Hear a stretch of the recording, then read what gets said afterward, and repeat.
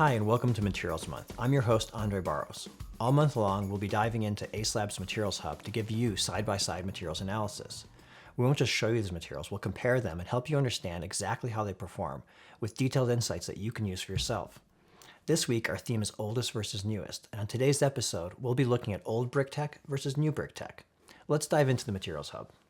Brick is something we've been using for a very long time. I've got here Acme, who's been making brick for 125, maybe more, years, and Glen Gary, who's been making brick for over 100 years themselves, and bought Kushwa, who's been making bricks for even longer than that. And I think it's kind of neat that brick is both old and new.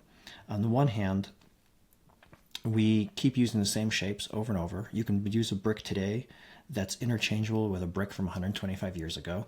You can also take a brick from 125 years ago that was used in a project and reuse it in a new project, and it's probably going to look as good or better. It's going to be less worn than you might imagine, right? Almost not changed at all, except for maybe physical damage we've done to it. Even then, shockingly little change.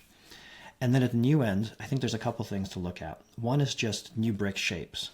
This kind of goes against what I just said about you can interchange them forever, but it's fun and it's a neat option to have new possibilities. I'm particularly a fan of the Roman Maximus from Glen Gary, which is offering these sort of long linear bricks that are just beautiful and again give us a different design option.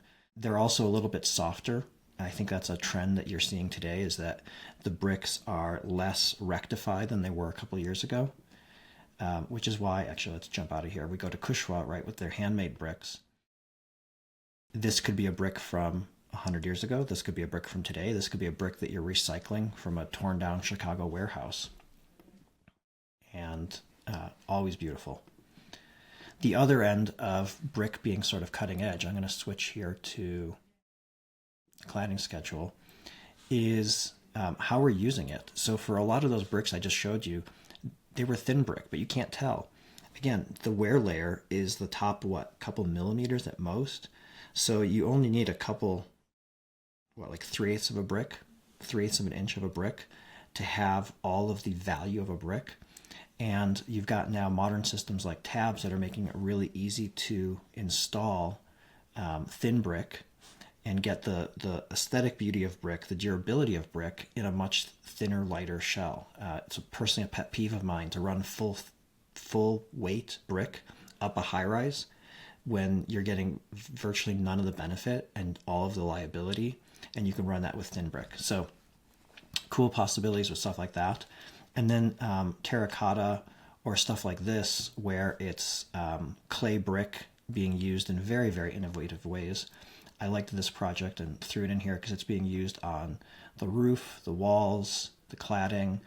That's another thing that brick can do, is not necessarily innovate by itself, but we can use it in innovative ways as architects because it's such a versatile material.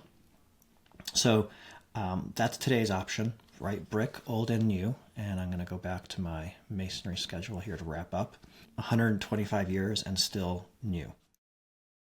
And that's it for today's material comparison. Of course, you're the expert on your project, but maybe we're sharing something that fits your particular design, budget, or circumstances. As always, we'd love to hear your thoughts and material ideas. So be sure to visit us at acelabusa.com to view all of these materials and so much more inside our Materials Hub. And remember, we're always here to help, so go pick your favorite material and go make it real.